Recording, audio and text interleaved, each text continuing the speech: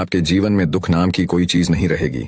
बस मन को नियंत्रित करने की यह एक आसान विधि को ध्यान से सुनो और समझो। तो चलिए इस विधि को एक कहानी के माध्यम से समझते हैं। दोस्तों, अगर हमारा मन खाली हो जाए तो हम उसमें कुछ ऐसी चीज डाल सकते हैं, कुछ ऐसे विचार डाल सकते हैं जिससे हम अपने मन की बक बक को शांत कर सकते हैं। जो विचारों का सैलाब हमारे मन में चलता रहता है, उन्हें हम बहुत अच्छी तरह रोक सकते हैं। और दोस्तों, अगर एक बार मन की बक बक रुक जाए तो फिर हम मन से जो चाहे वो करवा सकते हैं। इसीलिए अगर आप मन की बक बक को शांत करवाना चाहते हो तो इस कहानी को आखिर तक जरूर सुनिएगा। एक नगर की बात है।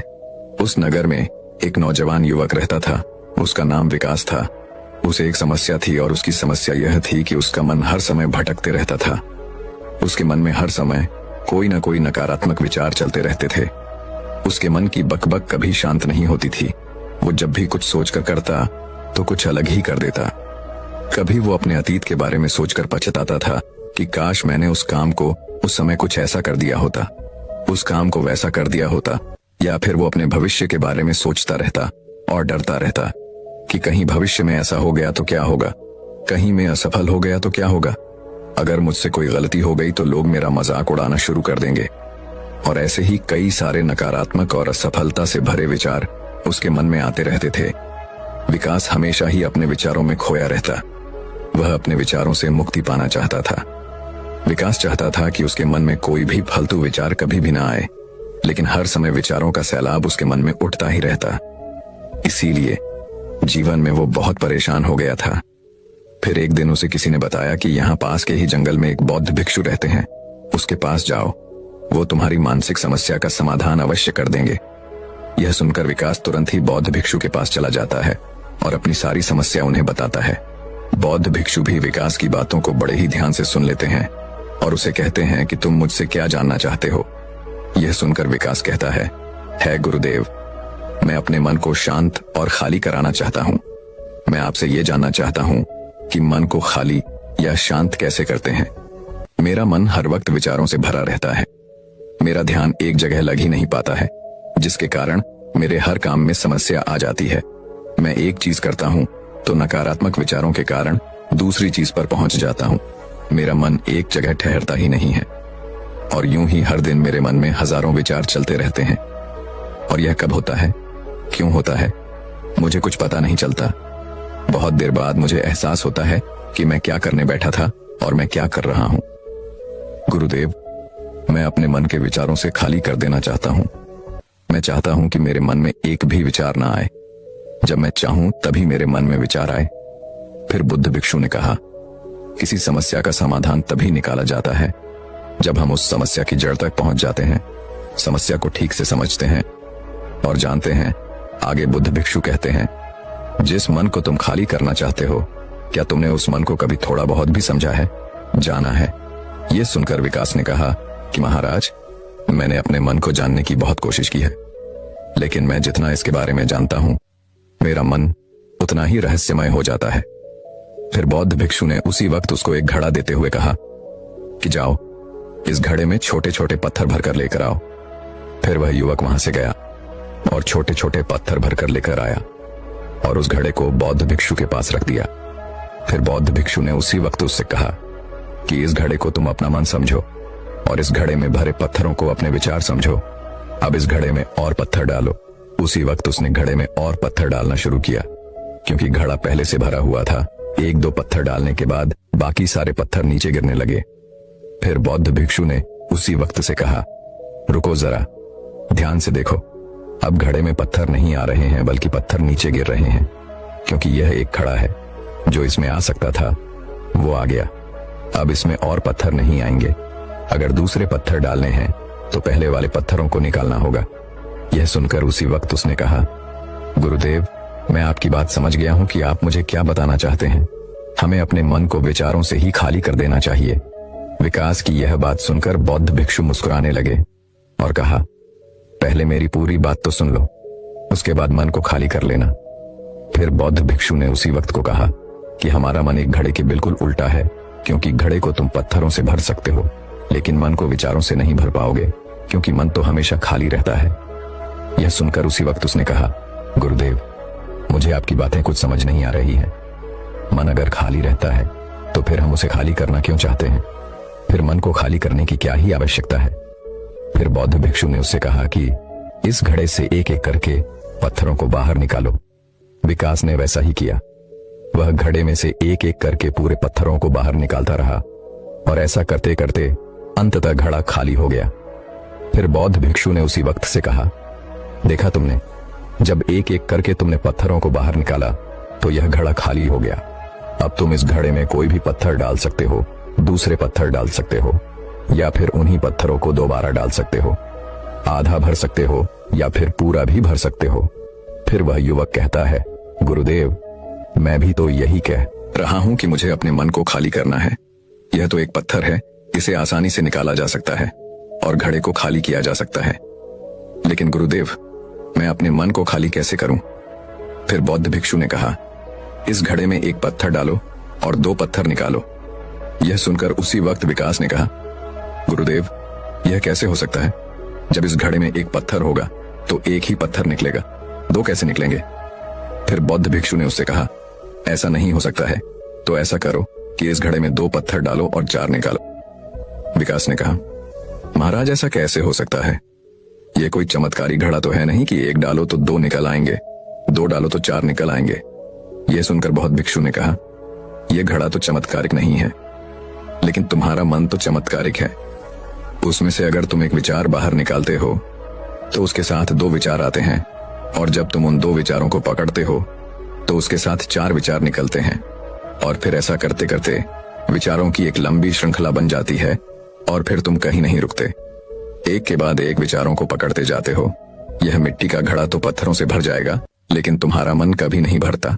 वह हमेशा खाली है, लेकिन वह खाली नहीं करता। यह इस मन की माया है कि सब कुछ है, लेकिन फिर भी कुछ नहीं। फिर उस युवक ने कहा, गुरुदेव, मैं आपकी बात समझ रहा हूं, लेकिन क्या मैं हमेशा अपने विचारों के जाल में ही फंसा रहूंगा?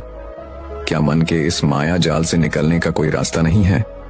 फिर बौद्ध भिक्षु ने कहा, इस मिट्टी के घड़े में आधे पत्थर भर दो। फिर उसी वक्त विकास ने ऐसा ही किया। फिर बौद्ध भिक्षु ने कहा, अब इन पत्थरों में से कोई एक पत्थर चुनो और उस पत्थर की एक छोटी सी मूर्ति बनाकर मुझे दे दो। मैं जानता हूं कि तुम एक अच्छे कलाकार हो। विकास ने एक पत्थर निकाला और उस पत्थर को बौद्ध भिक्षु के सामने ही तराशने लगा। पत्थर को तराशते वक्त उसे लगा कि यह पत्थर अच्छा नहीं है। फिर उसने दूसरा पत्थर घड़े से निकाला, लेकिन उसे वो पत्थर भी पसंद नहीं आया। फिर उसने तीसरा पत्थर निकाला, लेकिन वो तीसरा पत्थर भी उसे पसंद नहीं आया। उसका रंग अच्छा नहीं था। ऐसा करते करते उसी वक्त उसने सारे ही पत्थरों को बाहर निकाल दिया। उसी वक्त उसको ऐसा करते हुए बौद्ध भिक्षु बड़े ही ध्यान से देख रहे थे। फिर बौद्ध भिक्षु ने उससे कहा कि जो तुमने सबसे पहले पत्थर निकाला था, उस पत्थर को यह समझकर तलाश दो कि इसके बाद तुम्हारे पास कोई और पत्थर नहीं है और यह एक ही पत्थर तुम्हारे पास है। फिर उसी वक्त से, जैसा गुरुदेव ने कहा, उसी एक पत्थर को लेकर तलाशना शुरू किया और उसने उस पत्थर से एक बहुत ही सुंदर मूर्ति बनाई और बौद्ध भिक्षु को भेंट की और बौद्ध भिक्षु से कहा, गुरुदेव, इस पत्थर से इतनी सुंदर मूर्ति बन सकती थी, मैं ये सोच भी नहीं सकता था। उस युवक की बात सुनकर बौद्ध भिक्षु ने कहा कि जब तुम्हारे पास और कोई दूसरा विकल्प नहीं होता है, तब हम उस विकल्प में ही संपूर्ण ऊर्जा लगाते हैं और उसी को सबसे बेहतर बनाते हैं। और जब हमारे पास कई सारे विकल्प होते हैं तो हम पत्थर चुनते भी नहीं और मूर्ति बनती भी नहीं। हमारा मन भी एक विचार के पीछे हजारों विकल्प खोल के रख देता है और एक मुख्य विचार को छोड़कर उन हजारों फालतू के विचारों में उलझकर हम रह जाते हैं। फिर उसी वक्त उसने कहा, गुरुदेव, मैं आपकी बातों को बहुत अच्छे से समझ गया हूं, लेकिन अब मुझे क्या करना चाहिए? कृपया आप मेरा मार्गदर्शन करें। बौद्ध भिक्षु ने उसी वक्त उससे कहा कि मन को खाली करना, साफ करना एक दो दिन का काम नहीं है, यह बहुत लंबी प्रक्रिया है। तो क्या तुम इसके लिए तैयार हो? वह युवक कहता है, जी गुरुदेव, तैयार हो, चाहे कितनी भी लंबी प्रक्रिया क्यों ना हो। फिर बौद्ध भिक्षु ने उसी वक्त से कहा कि मन को खाली और नकारात्मक विचारों से दूर रखने के 6 तरीके हैं। आओ उन्हें एक एक करके समझते हैं। पहला तरीका है कि ऐसे लोगों का साथ छोड़ दो जो तुम्हें कमजोर, पिछड़ा हुआ, लक्ष्यहीन महसूस कराए। अक्सर हमारे आसपास ऐसे लोग होते ही हैं जो हमारे पद और धन में ऊपर होते हैं और इसी पद और धन के घमंड में वह अपने नीचे के लोगों को कुछ भी नहीं समझते। इसलिए ऐसे लोगों के पास रहना ही नहीं चाहिए। और ऐसे लोग अपने से छोटे लोगों को हमेशा यही महसूस कराते हैं कि आप कितने छोटे हैं, और इसीलिए वो छोटे लोग अपने जीवन में कुछ बड़ा हासिल कर ही नहीं सकते। इसके अलावा कई बार हमारे मित्र और घर परिवार के सदस्य भी ऐसे होते हैं जो अक्सर हमें छोटा महसूस कराते हैं, हमें नीचा दिखाने की कोशिश करते हैं, लोगों के सामने हमारा मजाक बनाते हैं। तो ऐसे लोगों से जितना दूर हो सके उतना दूर रहो। ये लोग ऐसे होते हैं कि तुम्हारी नजरों से तुम्हारी गिराना की दूर करके तुम्हें लक्ष्यहीन बनाते हैं, और फिर तुम्हें खुद की काबिलियत पर शक होना शुरू हो जाता है। तुम्हारे अंदर खुद के प्रति नकारात्मक भावनाएं आ जाती हैं, और ये नकारात्मक विचार तुम्हें मानसिक तनाव और चिंता की ओर ले जाते हैं। फिर बौद्ध भिक्षु दूसरा तरीका बताते हुए कहते हैं कि तुम बहुत ही कम और चुनिंदा लोगों को ही अपना मित्र बनाओ। ऐसे लोगों को ही अपना मित्र बनाओ जिससे तुम कुछ सीख सकते हो, जिनकी तुम इज्जत कर सकते हो, जो तुम्हारी भावनाओं को समझ सके, जिनकी सोच तुमसे मेल खाती हो, जो जीवन में तुम्हें आगे बढ़ने में सहायता करे। हमारे जीवन और चरित्र में हमारे माँ बाप के बाद हमारे मित्रों का ही सबसे ज्यादा योगदान होता है। इसलिए मित्रों का सही होना भी बहुत आवश्यक है। ऐसा कहा भी जाता है, तुम उन 5 लोगों का प्रतिबिंब हो जिनके साथ तुम सबसे ज्यादा वक्त बिताते हो। अगर तुम्हारे आसपास के 5 लोग जिनके साथ तुम सबसे ज्यादा वक्त बिताते हो वे ईमानदार हैं, तो तुम भी धीरे धीरे ईमानदार होना शुरू कर दोगे। और अगर वो 5 लोग अमीर हैं तो तुम भी धीरे धीरे अमीर बनना शुरू कर दोगे। कहने का अर्थ यही है कि तुम वैसा ही बन जाते हो जिस तरह के लोगों के साथ तुम अपना समय व्यतीत करते हो। किसी महान दार्शनिक ने कहा था कि तुम मुझे किसी भी इंसान के मित्रों से मिलवा दो, मैं उसके मित्रों को देखकर उस इंसान का भविष्य बता दूंगा। हमारी सबसे बड़ी समस्या यह है कि हम लोगों को ना नहीं बोल पाते हैं। जिन लोगों के साथ हम रहना पसंद भी नहीं करते हैं, ना चाहते हुए भी हमें उन नकारात्मक लोगों के साथ वक्त बिताना पड़ता है। इसीलिए सबसे पहले हमें अपनी जिंदगी में उन लोगों को ना कहना आना पड़ेगा जिनके साथ रहकर हमें लगता है कि यह हमारी जिंदगी खराब कर रहे हैं। अगर यह हमारी जिंदगी में ना हो तो शायद हम ज्यादा खुश रहेंगे। बौद्ध भिक्षु आगे कहते हैं, तीसरा तरीका है कि तुम कभी भी अपना अतीत नहीं बदल सकते, लेकिन तुम अपना भविष्य अवश्य बदल सकते हो। इसीलिए तुम्हें पूरी तरह से वर्तमान में रहते हुए उन चीजों पर, उन कामों पर ध्यान दो जो तुम्हारे नियंत्रण में हैं, जिन्हें तुम आज कर सकते हो, अभी कर सकते हो। बौद्ध भिक्षु कहते हैं, मेरी एक बात हमेशा याद रखना, केवल वर्तमान में रहकर भविष्य को संवारा जा सकता है, अतीत में रहकर नहीं।